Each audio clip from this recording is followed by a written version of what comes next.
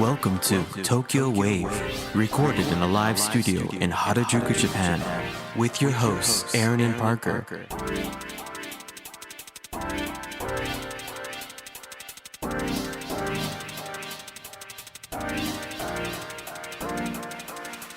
Alright everyone, welcome to episode 112 of Tokyo Wave.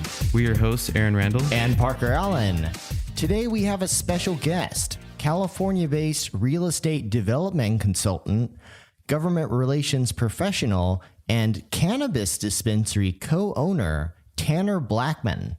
On Tokyo Wave, we're bringing you weekly updates from our studio in Harajuku. Join us in segments featuring this week's top news, political happenings, business, and other random garbage.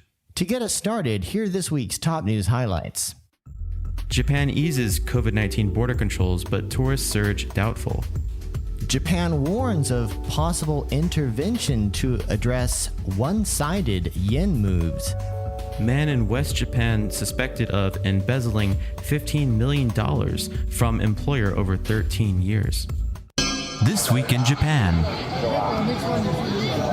All right, let's get started with our top news item for this week. Japan eases COVID-19 border controls, but tourist surge doubtful.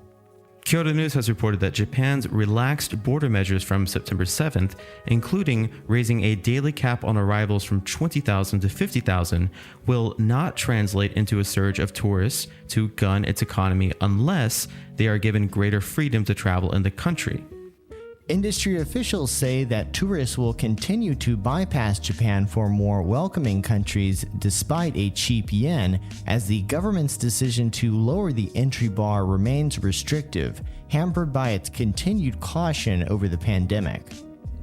Prime Minister Fumio Kishida said at a press conference last week that he wants Japan to, quote, join the trend as people start moving in other parts of the world. Toward that end, a negative COVID-19 test within 72 hours of departure has been scrapped for the supposedly less burdensome proof of triple vaccinations. Tourists will also no longer have to be accompanied by guides. The top 5 countries with the most people planning to visit Japan were South Korea, the United States, Thailand, Australia, and France, according to data released August 26 by the Japan Tourism Agency. A manager at a major Japanese travel agency, HIS, expressed pleasure at eased restrictions for foreign visitors, with the added hope that if Southeast Asia flights remain open, more ticket sales will lead to greater profits. But arrivals will be far below the daily average of more than 140,000 that we saw in 2019. A tourism industry official said, quote, "It is difficult to project a surge of tourists if restrictions are not completely lifted on visas, the daily entry cap, and individual travels." Japan continues to suspend its visa exemptions, in contrast to neighbor South Korea, which recently extended its visa waiver for Japanese citizens until the end of October. Travelers to Japan must apply for a visa, which takes 5 days to be issued in principle, and the fees for a single entry visa are about 3,000 yen or $21 US. Additionally, package tours remain a particular turnoff. When Japan lifted its complete ban on tourists on June the 10th of this year, 252 tourists trickled into the country that month, and only 7,900 came in July. Yikes. A major travel agency executive said, quote, foreign tourists, especially Westerners, put a premium on having their own free time. They avoided Japan because of its rules on accompanied package tours. Now the government has decided that tourists can enjoy travel without guides through unaccompanied package tours, allowing greater movement than in the past in dining choices and places to visit. But they would still be forced to buy set products that include airline tickets and lodgings, a restrictive and generally unpopular choice. In pre-pandemic 2019, only 7% of tourists to Japan came on package tours. Wow, seems like they just can't get it right. Hopefully they'll fix it eventually. All right, and up next, Japan warns of possible intervention to address one-sided yen moves. Kyodo News has also reported that the Japanese government on September 6th signaled that it might intervene if the yen continues its rapid depreciation, warning it will take necessary action as rapid and one-sided moves drove the currency to a fresh 24-year low against the US dollar. Finance Minister Shunichi Suzuki said the movement of the yen should be stable and reflect economic fundamentals, calling for stability in currency markets. Suzuki told reporters, quote, "We need to monitor the negative aspects of the weak yen."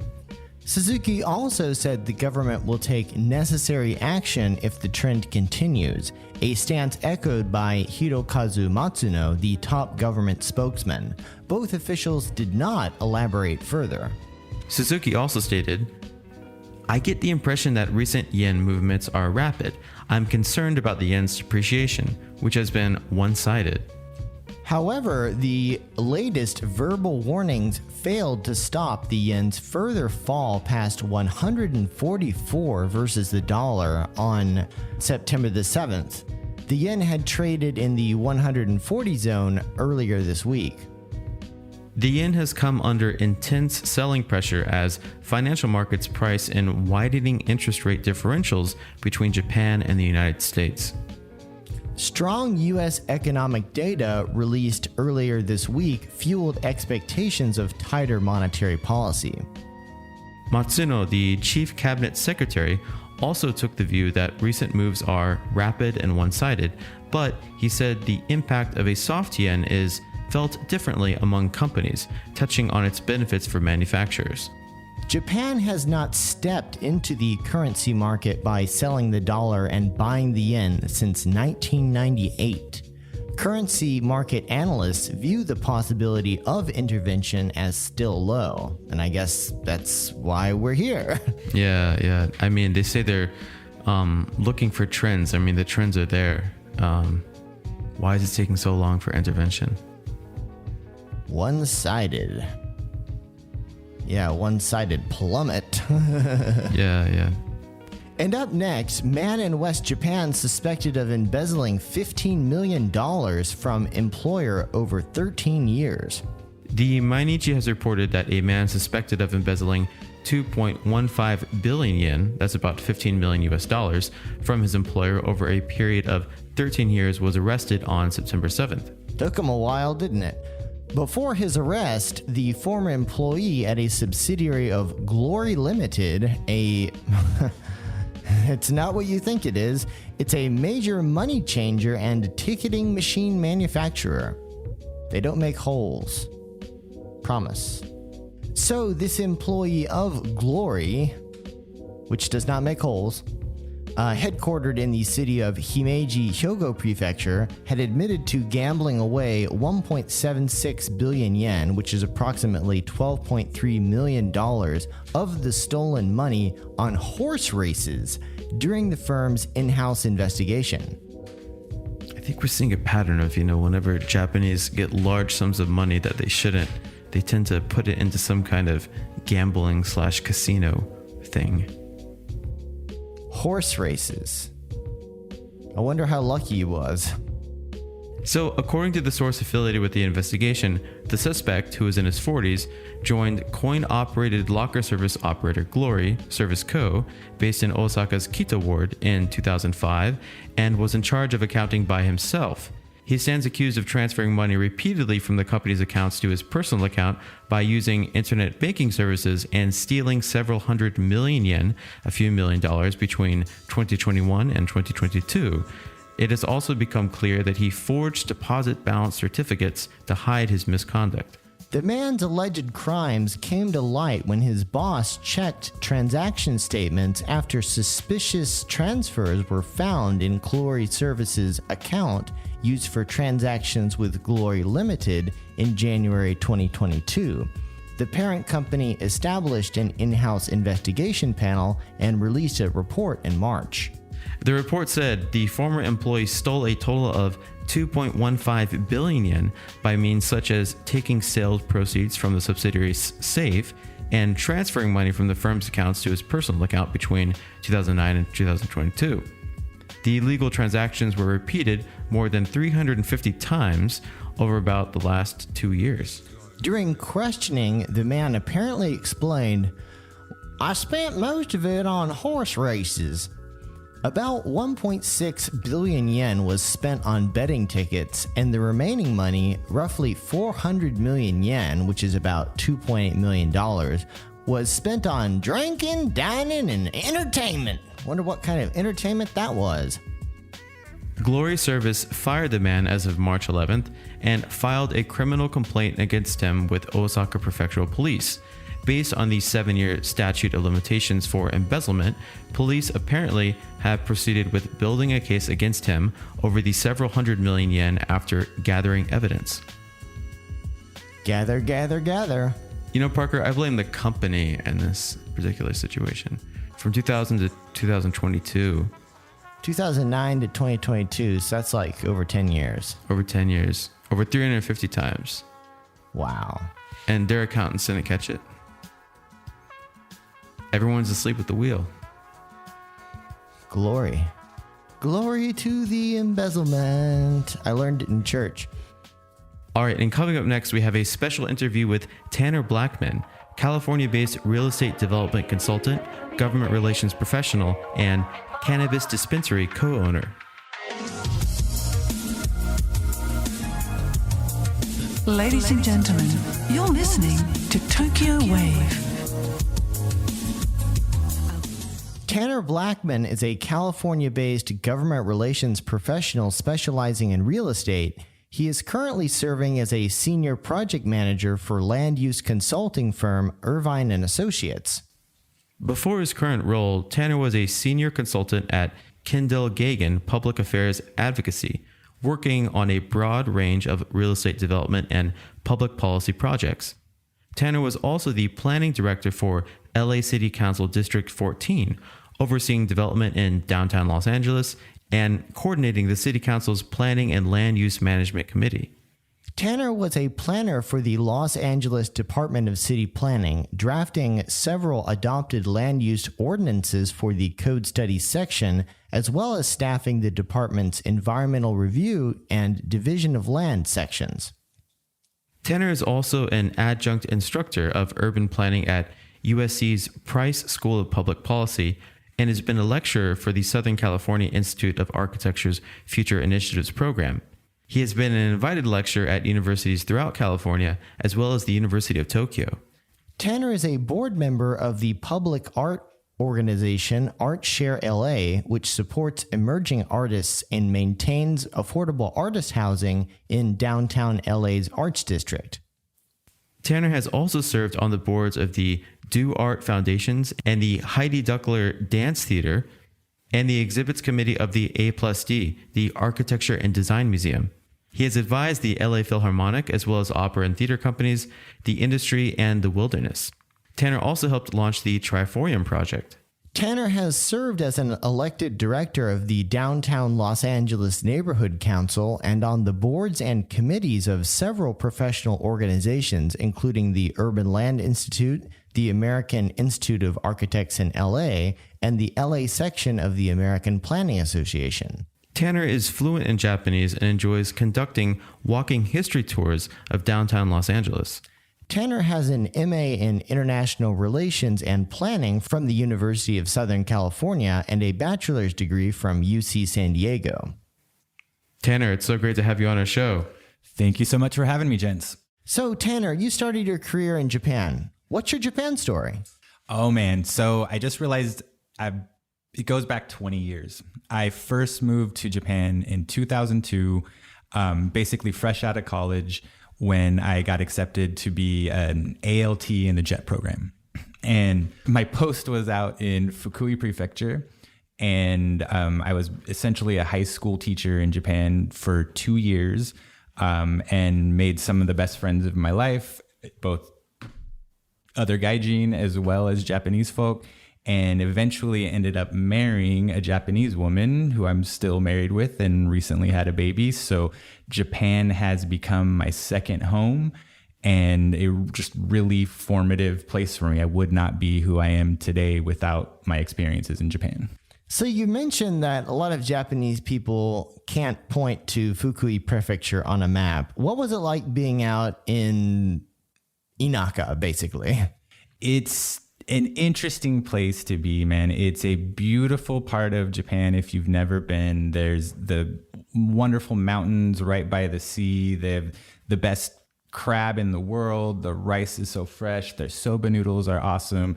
But they're a little bit cold at times compared to maybe like Kansai people from Osaka who can be very loud and warm. So a lot of folks, I think foreigners that were living in Fukui found it sometimes hard to break through. Luckily, one thing I had going for me is I was also a DJ, and I found pretty quickly this live bar called Creme that's still around, and it's ran by a guy called DJ Akakabe, who was a DMC world champion when he was 18 years old. Whoa. And he was the teacher of like other famous DJs like DJ Yasa and different folks who have made it big. And I was able to kind of make a lot of Japanese friends through music and have something to, relate to besides, I don't know, I mean, just to make deeper connections with. And I really think that was kind of my entree into the kind of fluency I got in both the culture and the language somewhat. But it really was kind of like my opening of my door to sort of getting to know Japanese folks in a deeper way. Spinning records in Fukui. That's right, man. Every Wednesday night when I was living there, it was like the dark night at Club Creme. And so all the homies would just come through with their records, and it was like kind of open tables night. So I think they almost didn't believe I was really a DJ until I was able to, get up there and show that I had some skills, and then was sort of like immediately accepted into the group. That's awesome. That is so cool. So before we started, you said that after you finished your tenure teaching here in Japan, you went on a cross-Siberian journey. What was that like? Oh, man. So when we were living here as Jets, like every opportunity we had to travel around the country or to other countries, during the breaks and stuff, we took full advantage of it, right? And for me, I literally, besides Mexico, growing up in Southern California, besides Mexico, I had never been out of the country. And so Japan was in a way really my first foreign country experience.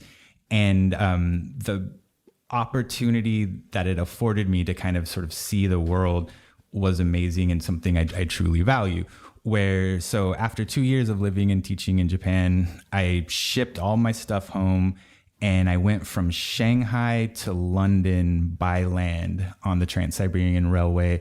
I traveled for close to 6 months straight, got home in time to get my grad school applications in. But that experience was just so rewarding, and with current world events, something that is just, you couldn't even do these days, So I went to, for example, Ukraine during Ukrainian Independence Day, which just happened.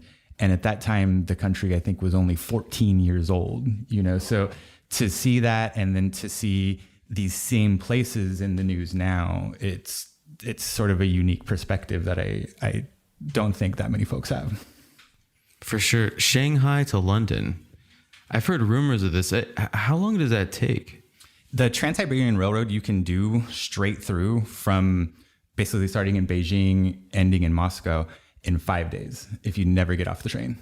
But everyone breaks it up in different stops. So we stopped in 6 different places throughout Russia or whatnot. Similar to Japan right now, we, even back then, had to give our whole itinerary ahead of time and have it kind of okayed by the government, man. So that was the one and only time I ever booked any like pre-booked tours or anything. Yeah, we were laughing about that before recording, kind of like all of the requirements that Japan has now for foreigners coming in. It's kind of always been like that in Russia. It always has, at least for Westerners. I don't know what it's like for other countries, but on this trip right now, because I'm back in California these days, my wife is Japanese. We're essentially here right now visiting her family. And that's why I'm able, I guess, to have freedom of movement and go to whatever restaurants I want to at this very moment. Yeah. So after that experience, you got into grad school, and after grad school became a city planner for the city of Los Angeles, where you worked for almost a decade. What was it like being a public servant in one of America's largest cities? Again, I think there's a connection to my time in Japan of why I even wanted to become an urban planner. So as I said, it was, my sort of first experience abroad, really living here. And immediately you're just sort of struck by why is the form of the city, so different than what I'm used to growing up with.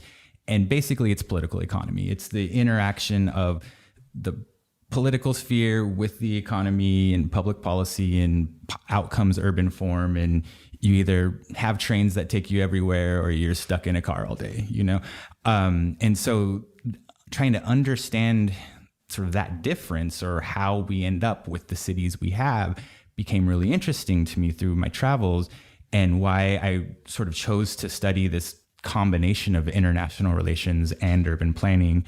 I really didn't know where it was going to take me at that time.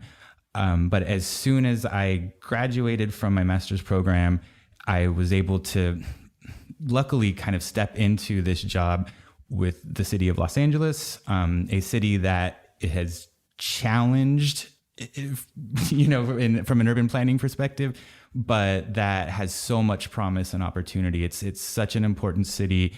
It's really the sort of the form of future cities in a way. It's based on a Los Angeles model. The time that I came into the planning department there, it was really interesting because I got hired in 2007. And that was, you may remember, the beginning of the global financial crisis and the Great Recession and all of that. And so we were worried as new hires at the time that we were going to get laid off. Instead, the city did an early retirement program where all of us young folks then were basically sort of elevated to more responsibility. So quite early in my career, I had the opportunity to work on certain citywide policy, like Los Angeles's regulation of signage and billboards and digital billboards, which turned into also drafting of Los Angeles's new mural ordinance, which is part of why I've been so involved in my career after that with public art and public art projects, that I literally sort of drafted public art policy for the city of Los Angeles around 2012, 2013. And so as I left the city after close to a decade, I was able to transition into a sort of fun and rewarding career of both helping new developments happen and creating new housing and new housing opportunities, but then also kind of fulfilling my soul by helping consult on these public art projects. You mentioned my work with the Philharmonic and the Triforium and things like that, that I saw all around the city of Los Angeles that there were these old remnant Cold War era air raid sirens. And they were just sitting there. And like, somebody should do something with those, right? So I took it to a friend of mine who runs this opera company called The Industry. I said, hey, do you have any ideas what we could do with these? We ended up turning it into an opera with the LA Philharmonic, where we did a version of War of the Worlds utilizing these air raid sirens, and did this really cool thing where part of the show took place inside Disney Hall in downtown LA and part outside around these different air raid sirens. And so similarly, like the Heidi Duckler Dance Theater you mentioned, their whole approach is doing art in uncommon places. So creating art of the very built environment. And that's always been something that's inspiring to me ever since I really became interested in urbanism as a skater who are, prone to repurpose the built environment for things that it was not designed for. And that sort of approach has been something in my career, in my hobbies and my whatnot that has always been, I've been drawn to. Movies have a tendency to draw these very unrealistic and just wrong pictures of cities and certain, countries. For example, all of us living in Japan, I can't tell you how many times people bring up the movie Tokyo Drift. And I'm just like, I've actually never seen the movie, but it drives me nuts. But similarly, with Los Angeles, I think the last movie I saw that took place there was La La Land, and it begun with a huge traffic jam. And you were just saying it a second ago, like, moving, building trains and whatnot. I know Elon Musk has done some stuff there, or is trying to do some underground transportation stuff. What's like the real climate of Los Angeles as far as like transportation is concerned right now? Los Angeles is currently building out its transportation network faster than any other American city. And pretty soon you will be able to arrive in Los Angeles, get onto a train and into the city center like any major world city should, Right now, it still has the worst congestion in the entire country, in the US, and people, the biggest time suck of people being just stuck in traffic and the negative health consequences of that and greenhouse gas emissions, et cetera. But Tokyo is such an interesting case study in this sort of weird transit debate that happens where everybody is focused on like current demand. Oh, there's not enough demand to justify this train line right here, so we don't want to spend money to do that. Well, it's a short-sighted view because you're not just building for today, you're building the future city. All of these Yamanote stops that are the giant hubs of Tokyo were little nothing spaces 120 years ago when they were deciding to build those, and they've become the very spine of the city. So it's unfortunately most of Southern California was developed in the auto era and has been so very focused on that, where I think we really need to learn a lot of lessons from how the various transportation systems and networks flow together in Tokyo and create that form of the city. Yeah, that's really a different image of LA than I think what most of us have is just, Mickey Mouse, Hollywood, and bad traffic. And West Side! There's all that too, yeah. So after your city planning career, you got into government affairs. How did that happen? Well, having worked for the government of the city of Los Angeles for close to a decade, I guess I just had a lot of connections there and was figuring out how to parlay my skills into a career outside of the city. I had worked in both the department and also in a political job for a while. And in a sense, being a regulator, you're not... So often you are perhaps the reason why cool things aren't happening or something, And I wanted to sort of take a stab at helping create and build new housing, new communities, instead of just sort of being the stumbling block, if you will, or something. So that was part of why I was drawn to the private sector side. And I've helped permit well over 1,000 new housing units at this point in the last several years of being a consultant. And to see some of these buildings top out and, change the skyline, change the urban form, that's very gratifying nowadays. That's awesome. Yeah, because I think when many people think government relations, they think, backroom deals and lobbying and lots of, dirty, nasty things going on behind closed doors and, most decisions happening to the detriment of the public. But it sounds like what you've been doing is a lot more towards, fixing a lot of the problems that Los Angeles has. That's how you got to spin it to get you through the night, right? No, but a lot of what my role is on a more technical side, where there are certain laws that you have to comply with, whether it's local building codes, local zoning codes, the California Environmental Quality Act. And in a sense, it's a lot of just checking the boxes and making sure that, you know, the documentation is right in order to get sort of approvals. Part of it is also, and maybe the most difficult part of it is the interaction with communities and the whole public outreach, kind of building support coalitions for a given project, because, you know, a lot of people don't want things to change no matter what, right? And kind of dealing with this sort of NIMBYism, not in my backyardism, can be very tough, especially in a more litigious society like the States, where people will appeal projects, sue developers, you know, different things. So part of, I think the hardest part of it is not the smoke-filled back rooms, but the public presentations and, you know, dealing with folks who might not like a new building coming in near them. How do you do that? You just have to listen to folks. I don't know.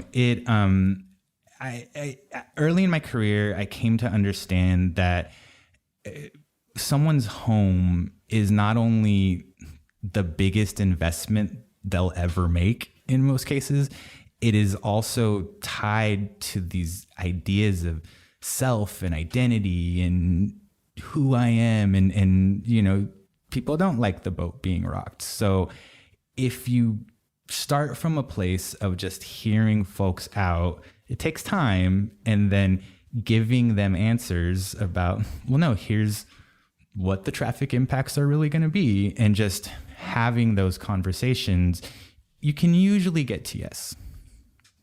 Listening to people, that's something Americans don't do very often. I like that. What's been that experience in Japan? It's way different here in Japan, though. I mean, in terms of a property rights perspective and different things, it's so bada how some of the built environment is, where you can have a factory right next to a tambo, right next to an apartment building, and that every piece of property is a mixed use property in that way. And it's really I mean, when it comes to public, you know, urban planning decisions, it's like, we're going to build this and we're going to hold a community meeting where we're going to tell you about how we're going to build it. And the people at the meeting are like, damn it, we don't want it. Get this damn thing out of our community. And they build it anyway. I'm still mad about Harajuku Station. Oh man. Yeah. Don't get me started. Yeah, you know, editors note, you know, Japan has some of the worst historical preservation laws of any developed country, perhaps the worst. You know, they're just currently dismantling that famous modernist building that had all of the different cubes, the Nakagin Capsule Tower. I thankfully got to see that in 2018 because I was gutted to hear recently that it's coming down. Yeah, it's down. They saved some of the capsules, and they're gonna like put them on display in different places and do stuff with individual capsules, but the building is gone. Do you think this is tied to like Japan having an obsession with everything being new? They constantly have to renew things. Well, and also it's the fact that developers aren't stopped by any sort of historical preservation law that has any teeth. Like, I mean, the Hotel Okuda, I mean, that should have been protected. That was a historical building. Lots of historical things happened in that building. It was beautiful. But, you know, because of money, the developers wanted to build a skyscraper there. And the government was like, all right. So in California, there's a specific law I mentioned called the California Environmental Quality Act. And this requires certain analysis in all these different categories, including his potential historic and cultural impacts. Even in the States, there's only 7 states have anything like the California Environmental Quality Act. But that's part of where sort of some of these protections and a required look at these things happens in California. I think there's also something culturally that you're hitting on, though, too, where, you know, many of the old temples that were 1,000 years old or more would be torn down and replaced every so often in Japan as like a deep cultural history, and so often when somebody sort of like gets married and starts a family in Japan, they want to build their own new home or something. And there's a weird thing about the urban economics of the Japanese housing market where the housing values depreciate like cars depreciate in America. And I've read studies where the entire value of a Japanese home is gone after 22 years. Where you're there, if you're buying a house that's 23 years old, you're only paying for the value of the underlying land. And this is wild. You know what I mean? Like older houses appreciate, especially if they're lovely old craftsmen or something in the States. And Japan is almost alone in this phenomenon.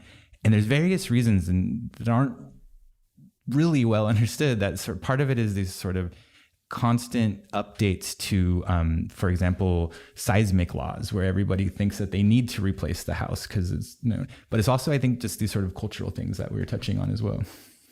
Yeah, it's it's a curse, but also an opportunity. I a few years ago, I purchased a nice square piece of land that happened to have a very expensively built steel structure on it. And I only paid for the land. Good on you. It was lit.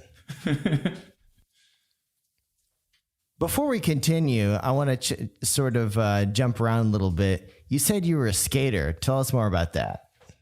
I mean, I grew up in Southern California. It's skate town in San Diego, man. I wasn't that good at it or anything, but I definitely put a lot of time and effort into it when I was younger. I could probably still kickflip if I needed to. Do a kickflip. Like Tony Hawk at the airport. Hey, Tony Hawk at the airport. Do a kickflip. But this is one of my go-to how I became an urban planner stories, because it is sort of like skateboarding the city is what got me into urbanism in a certain way. Wow. Yes, skateboarding usually just gets people into smoking weed and more skateboarding. Well, that too. I think I tried skateboarding when I was in middle school, and like I dropped off so many ramps and just crashed every time. I didn't even get that far. I couldn't even figure out how to turn. Yeah. Vert's tough. Those drop-ins on the ramps are scary. Oh yeah. It was terrifying. My buddy had like a birthday party at like a skate park, and we were and all the like half the guys could do it, half the guys could do it, and the other half were just like all eating concrete at every drop. But delicious. So now you are a real estate development consultant. What kind of work does that entail? Well, filling out a lot of forms so that we can get approvals from the city, basically. Are you sure you don't work in Japan? Right? I mean, paperwork is paperwork everywhere, isn't it? I guess what's interesting to talk about is the sort of model of development, right? Where especially Southern California is so known for kind of suburbia, tract homes, that type of thing. And I'm sort of happy to say, as an urban planner who now went to the dark side as a public or private sector consultant, that every project I've ever worked on has been an infill development of, multifamily, mid-rise or high-rise with what we call mixed use, meaning that there's also sort of at least ground floor retail or something like that, much more sort of urban projects, where I've never worked on a project that is taking virgin green land and building new housing or developments on it. So with the way that California was built out in such a sprawly way at first, there's so much more opportunity to kind of fill in. And that's the type of projects I work on. That's awesome. Like, can you give us an example? Well, right now in downtown LA at 7th and Figueroa, recently topped out is a new 43-story tower. The developer is called Brookfield Development. There are nearly 1,000 housing units in this one building, and it's because of its location kind of near the freeway as you're approaching downtown LA. It's very prominent, and I just love seeing it rise and finish off right now. And so you were involved in the sort of... in the technical approvals and really a lot of that public outreach and sort of government relations aspects of it, yeah. Were there a lot of people who are like, 43 stories? I don't want that shit. Interestingly, so there's been sort of this like downtown Renaissance movements all over the country in a lot of ways, and it's from my perspective, folks who have moved into downtown Los Angeles in recent years largely know that they are moving into the central business district of the second largest city in America, and understand that we need more housing where we're investing in these transit systems, and that more people there, it means more stuff, more restaurants, more locations, more cool things to go to within walking distance from my home. So interestingly, like the downtown areas are often the easiest places to kind of get people on board with the development. It's certain communities that maybe in LA, more on the west side, who historically have been more impacted by traffic and different things, that just don't want things to change and just see more new development as a longer commute for me or something. You know, also just going back for a second, talking about development and also organizations in LA, you mentioned that you're part of ArtShare LA. I have a lot of friends that moved to LA as musicians, and you know, oh my God, the stories I hear about like how much it costs to live out there. Most of them actually live in their own created communes, you know, like 4 or 5 people to an apartment. But I've heard about these in the art districts, these kind of like art and residence programs. And there's a lot of famous musicians and DJs that actually kind of lived there for 5 years and then blew up across the world. So can you tell us a little bit more about your experience there? ArtShare LA is a fantastic organization. It's a nonprofit organization that actually owns its own building, which is one of its best assets in that it's about 30,000 square feet on the ground floor of gallery and community theaters, some classrooms. We have a pottery space. And in a sense, like anyone from the community can come in and sort of reserve the classroom if you want to teach a Zumba class or, you know, do something. And then in our theater, you know, your little cousin's punk rock band might be playing there any Saturday night. And then we both curate exhibits in our main gallery, but also kind of host some traveling exhibitions as well. And then the second floor is 30 housing units, what we now call micro housing, where they're only about 300 square feet, like less than 20 square meters, little units that are for artists and are specifically kept at, you know, low rents. The arts district in downtown Los Angeles is like, it's almost like a Morisando out here, or Aoyama, where it's one of the hippest neighborhoods on the West Coast. And organizations like ArtShare LA that are offering affordable housing opportunities for artists in the arts district are so needed as a sort of stalwart against gentrification, as all of these old factories and different things just get redeveloped into high-rise luxury housing.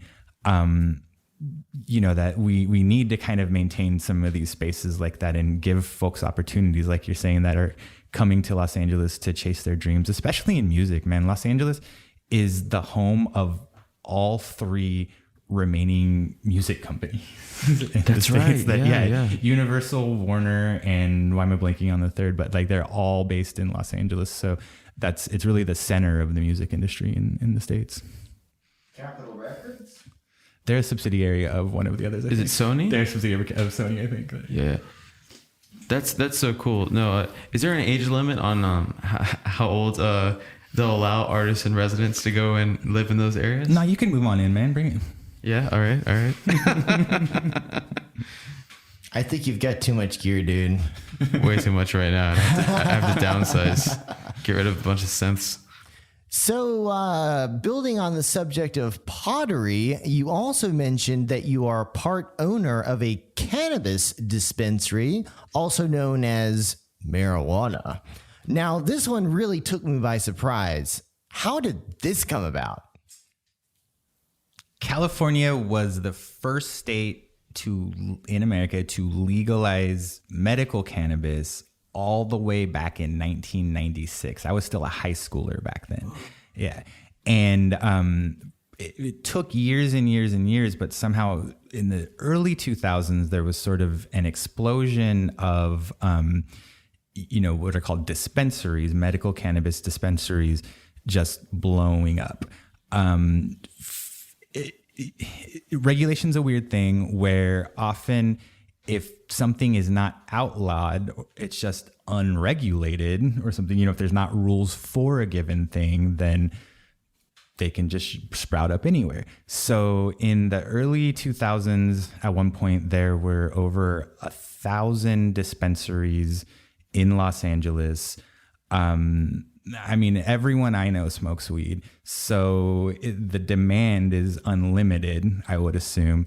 And the city kind of, in 2007, adopted a moratorium to stop new dispensaries to be able to put some regulations in place. And there's a group of dispensaries that had been around that long who were able to kind of keep a grandfathered foot in the door. But then as new regulations were adopted, they started to try to privilege sort of folks who were historically victims of the drug war, and especially Black and brown communities, where with the way that policing is often not fair in America, that certain communities have been more impacted by the drug war than others, people doing serious time for a little bit of weed or something. And so when new laws were put in place in California just a few years back to allow not only medical cannabis, but also adult use recreational cannabis, that a friend of mine who had run a shop previously asked me to help consult with them on following these new regulations because of my background in public policy.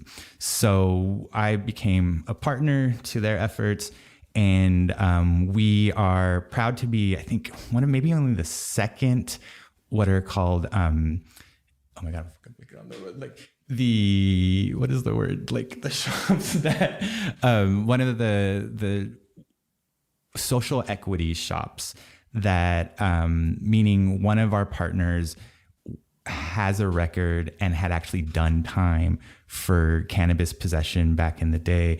So, with him as part of our partners, we were able to open up one of the first social equity shops in Los Angeles. And, I'm from Southern California, so cannabis is not strange to me or very rare. Most folks are quite comfortable with cannabis, and especially since it's been essentially legal since 1996, I don't think people don't think twice about it. Man, California just seems so ahead of the rest of the U.S. when I hear about these kind of social... Tanner was telling me this story where after it got legalized, there was a group of people who would literally go to the steps of LA City Hall and do like a smoke out. Oh, when I visited Boulder, Colorado in like 2007, 8, Yet there were people smoking weed outside the city hall. Is this like a thing on the West Coast? As part of demonstrations or different things, yes, probably. I mean, you're allowed to smoke weed anywhere you're allowed to smoke. Right, if right. you think about it nowadays, yeah. So why not in front of City Hall? Especially if you're making a protest about cannabis or something, it makes sense to me. Yeah, yeah. We're making a stand, but man, I really need to sit down. Yeah, everyone was just Anybody chilling. got some Doritos? Yeah, I mean, I grew up in Florida, so seeing just like, there were probably a few hundred, like just college kids. They weren't really protesting. They were just totally chilling out on a beautiful day in Boulder, Colorado. Good on them, man. Are there any just sort of weird stories you have as a part of that experience of co-ownership? Well, it's difficult for a lot of the cannabis businesses still because over half of the states have either medical or recreational cannabis legal in the states now. I think it's up to 27, but it's still technically illegal at the federal level. So it's very difficult for these businesses to essentially do banking like a normal business or different things. So even though they're official businesses that have their, right permits and right to run and everything, they basically are unbanked businesses and are essentially cash operations. So given the fact that they have a lot of weed on site and a lot of cash, then there's frequent break-ins or robberies or different things at some of them. So there's still this weird sort of lingering impacts of the drug war that are still affecting these, mom and pop businesses all over the country. Wow. Yeah, a lot of weed and a lot of cash. That sounds like a good recipe to get robbed. I'm remembering we had one dispensary in Orlando, Florida, but the security was insane. I remember it was just the building looked like a black box, Conglomerate companies can't just go in there and buy them up and help them out with the banking and all that stuff. There's a few players that were sort of early in on the market. There's this one company called MedMen or something in I think based in California that has in a sense expanded into all of these other states now as their rules have came into place, their new regulations. So there is some like consolidation and growth in the industry, but it's still, until it changes at the federal level, it's still going to be difficult for these companies to kind of grow into fully normal companies, To branch out. Ha ha. No pun intended. So, aside from your diverse career, you're also into DJing, which you mentioned a second ago. What kind of music are you into? Mostly hip hop, man. A lot of old soul and funk and rare grooves or whatnot as well. But yeah, I was a hip hop DJ as a kid. I think I got turntables at 17, 18. And all I wanted to do back then was scratch and what's called juggling, where you basically take two records and you recombine the beat in different ways and kind of make it new. I was trying to, what's called turntablism, where you're trying to use the turntable as an instrument instead of just to play records, Right. Very cool. Very cool. Could you name a couple groups or hip hop groups that really inspired you to get started? I grew up a kind of latchkey kid. I'm joking on that. I grew up watching a lot of Yo MTV raps as a kid, and some things like A Tribe Called Quest or De La Soul, for some reason, really resonated with me as a third grader or something. And just there was always music that seemed sort of my time or generation and whatnot that I was always sort of just drawn to. I grew up doing a lot of jazz, but when we would go into our cars and hang out and maybe, smoke a little weed, we would listen to A Tribe Called Quest.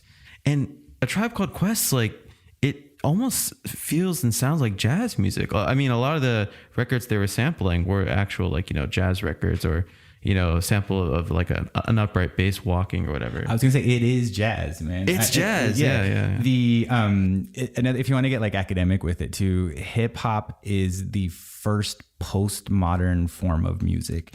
And what I mean by that is that it takes parts of other types of music and recombines it into a pastiche and creating something new in the same way that other postmodern art forms do. So, hip hop is deeply intellectual, man. Would you say, we're going to go off on this. Recently, I've kind of dived in. Lo-fi hip hop is big everywhere now for many, many reasons. Me and one of my friends that I grew up making music with, we released an EP. It was our attempt to make, lo-fi hip hop. And in doing that, and in actually being forced to sample, to create our own drum beats, to purposely degrade the audio so it sounds old and, scratchy and, it's warped, etc. I don't know, something in doing that process, it really kind of made me realize and hear hip hop and all other forms of music. And I even want to say, like, would you say hip hop is potentially the most important genre of music that exists today? Yeah, I mean, it's also the biggest form of music in the world nowadays as well, too, just in terms of streams or sales or whatever. In terms of other kind of like influencer artists that once I like Tribe Called Quest and stuff like that was my gateway, but then certain folks like this beat producer named Madlib or DJ Shadow or things like that the songs that they're making are all organic songs from old tracks where they'll take like this snare, this hi-hat, this bass drum and isolate each one of those samples and then put them together into a whole something new. And so it's just kind of wild. It's beautiful, beautiful stuff, man. No, for sure. I mean, I could go on, but I could talk about this for hours. I want to say something profound, but like, tell us about city pop. Oh man, we need another hour to talk about that. Yeah, I think music is really the sort of warps and wefts that sort of weave together culture and society. Obviously, it's just one art form, but it really, I mean, it sort of kind of set off your Japan journey and I think continues to inspire you to this day. And it's so amazing how music connects people. I mean, I remember this experience when I was doing a Sister City project, and this, bluegrass and pre-war jazz guitarist and singer was going to jam with this band from Japan who spoke basically no English. And it took them like 5 minutes to like kind of figure out each other's sound.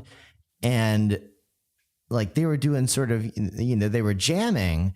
And I was listening to these guys jam and I'm like, they don't understand each other's language. They met each other like 10 minutes ago and they are rocking it. It just blew my mind. And I was like, this is some strong shit. It's definitely how we're going to communicate with aliens once that happens, man. We're going to jam with them. Just like in Close Encounters. I mean, that's right. It's going to be a space jam. All right, Tanner, thank you so much for coming on the show today. In closing, would you like to make any shout outs? Shout out to everyone in Southern California. How you doing? Miss you guys. I'll be home soon. Shout out to my lovely wife, Takai, and my little baby, Otis. I think they're walking up the gate here right now. So perfect timing. Thank you so much for having me, guys.